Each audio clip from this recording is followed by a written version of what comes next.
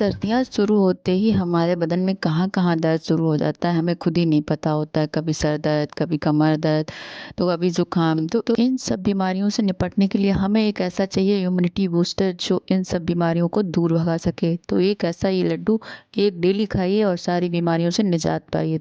सबसे ख़ास बात ये है कि ये बिना चीनी और बिना गुड़ के बना हुआ है। तो वीडियो शुरू करने से पहले अगर आपने अभी तक चैनल सब्सक्राइब नहीं किया है तो पहले चैनल को सब्सक्राइब कर लीजिए और लाइक, शेयर, कमेंट करना ना भूलिए। तो आइए शुरू करते हैं मज़ेदार रेसिपी। तो यहाँ हमने लिए हैं फ्लैक्स सीड 200 ग्राम के करीब हैं, जिसको हम अलसी के बीज भी कहते हैं। तो इसको हमने एक प्लेट में निकाल लिया है और साथ में ये लिया हमने पिंड खजूर। तो इसको हम पहले साफ़ कर लेते हैं। यहाँ पे हमने अलसी के बीज को साफ़ किया क्योंकि यहाँ पे इसमें लकड़ियाँ जैसी कुछ होती हैं, तो हम इन लकड़ियों को हटा के अलग कर देंगे और इसके बाद हम इसको साफ़ कर लेंगे। अब चलिए इसका आगे प्रोसेस करते हैं। ये हमारी साफ़ हो चुकी है, लगभग 200 ग्राम हमारी ये अलसी के बीज आप या फिर इसको फ्लैक्सीड बोल सकते हैं। ये हमने यहाँ पे लिया हुआ है। तो हम इसको साफ़ कर चुके हैं। अब आइए नेक्स्ट प्रोसेस इसका करते हैं। तो यहाँ पे हमने लिया हुआ एक कढ़ाई रखी और कढ़ाई में हमने डाला साफ़ किया हुआ फ्लैक्सीड और ये रहा हमारा फ्लैक्सीड कढ़ाई में आ गया। कढ़ाई जो है ना वो हमारी मीडियम फ्लेम पे है और इसको अब थोड़ा टाइम लगेगा भूनने में, तो हम इसको रोस्ट कर लेते हैं। यहाँ पे देखिएगा हम बराबर इसको चलाते रहेंगे और इसको ज़्यादा हमें नहीं भूनना है, बस इसका हल्का-सा कलर चेंज हो जाए। इसके बाद हम एक स्टील की प्लेट में इसको निकाल लेते हैं। याद रखिएगा स्टील की प्लेट में ही निकालिएगा क्योंकि बहुत गर्म होता है। अगर आप प्लास्टिक में निकालेंगे तो आपकी प्लास्टिक ख़राब हो सकती है। अब हमने लिया कढ़ाई में थोड़ा-सा घी 2 चम्मच और सबसे पहले हम मेवा जो है ना ये ड्राई फ्रूट्स हम इसको फ्राई करेंगे।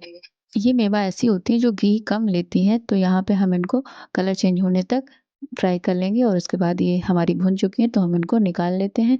अब इसके बाद हम यहाँ पे एक-एक करके हमने ये सब निकाल लिए हैं। तो अब हम इसके बाद कौन-सी मेवा फ्राई करेंगे तो वो जाएगा हमारा मखाना, क्योंकि मखाना जो है ना वो हमारा सारा घी ऑब्ज़र्व कर लेता है।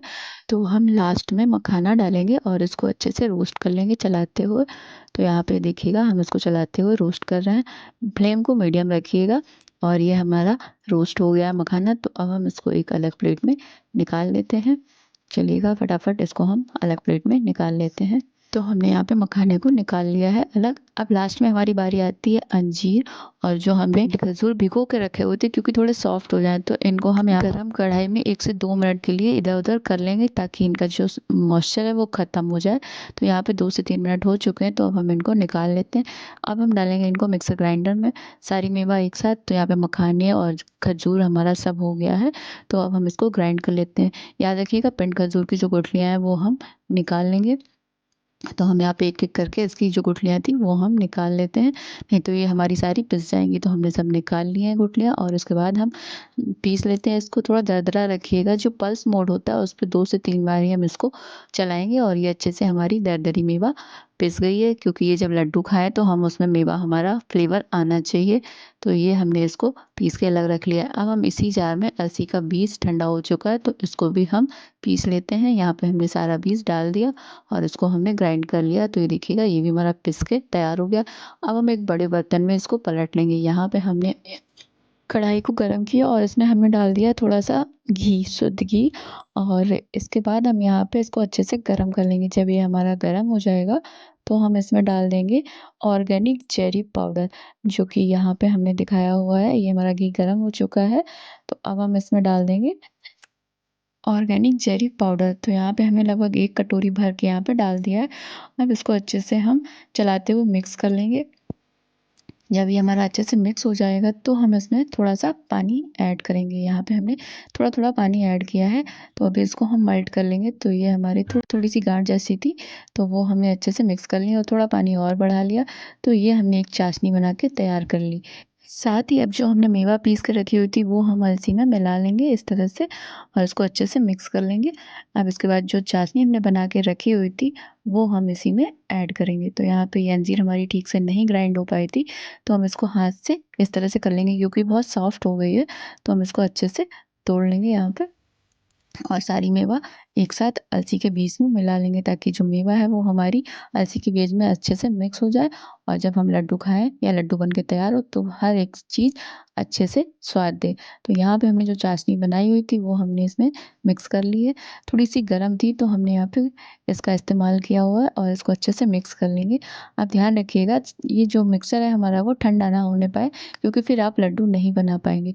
तो हम इसको जल्दी से मिक्स कर लेंगे, और इसके साथ ही अब हम फटाफट लड्डू बनाना शुरू करते हैं। तो यहाँ पे हमने इसको हटा दिया, और हाथ से एक बार अच्छे से मिक्स कर ली सारी चाशनी और सारी मेवा, ताकि लड्डू जो है ना हमारे अच्छे से शेप में बन जाए। तो अब चलिए हम बनाते हैं यहाँ पे लड्डू फटाफट। तो ये देखिएगा इस तरह से हमने थोड़ा-थोड़ा पोर्शन लिया और दोनों हाथ से हमने बनाना शुरू कर दिया लड्डू फटाफट। ये देखिएगा अच्छे से मिक्स हो गया है हमारा। तो अब हम ये लड्डू बनाएँगे। ये देखिएगा लड्डू बन के हमारा तैयार हो गया है। आप इसको जमा भी सकते हैं बर्फ़ी पर, ये लड्डू बहुत ही टेस्टी बनते हैं।